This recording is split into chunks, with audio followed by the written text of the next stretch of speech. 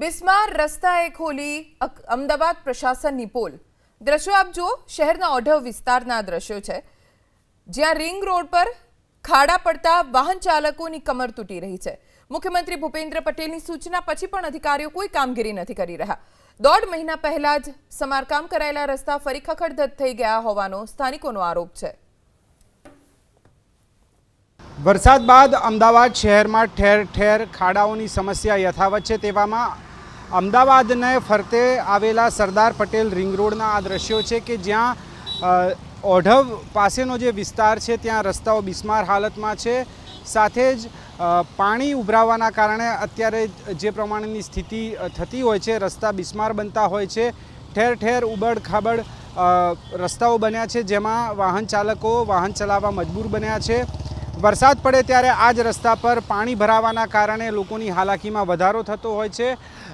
એક બાજુ જે ઓવરબ્રિજ છે તે બનાવવાનું કામ ચાલુ છે, બીજી બાજુ જે મુખ્ય માર્ગ છે ત્યાં રસ્તાઓ બિસ્માર બન્યા છે। ઠેર ઠેર પાણી ભરાવાની સ્થિતિ પણ અહીંયા યથાવત રહેતી હોય તે પ્રકારની પરિસ્થિતિ છે। ઓઢવ અને આસપાસનો વિસ્તાર છે ત્યાં પ્રશાસનની બેદરકારીના કારણે લોકોને હાલાકી પડતી હોય છે તે પ્રકારની સ્થિતિ સામે આવતી હોય છે।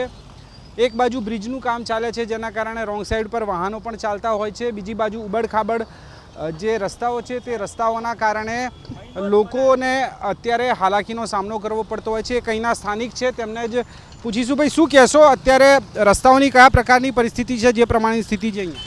બિલકુલ એટલી બધી ખરાબ પરિસ્થિતિ છે, કારણ કે મહિનો થયો છે, લગભગ મહિનોથી 1.5 મહિનો થયો છે આ રોડ બનાવ્યો હતો।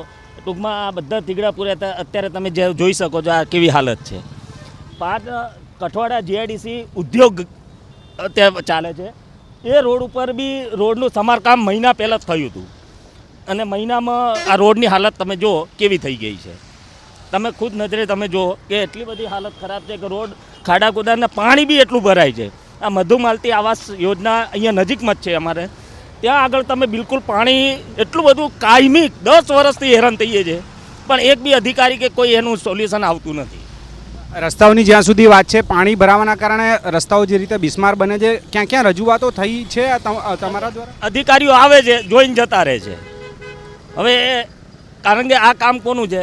અધિકારીઓનું ને જે આપણે ચૂંટાયેલા જે નેતાઓ છે એમનું કામ છે, બરાબર? આવીને જોઈને જતા રહે છે, બાકી કોઈ એનું સોલ્યુશન આવતું નથી એમ। અત્યારે જે રીતે જોઈ શકાય છે, રસ્તાઓ બિસ્માર છે, આસપાસના લોકો, ધંધા રોજગાર કરનારા લોકો છે તેમને પણ હાલાકી પડતી હોય છે।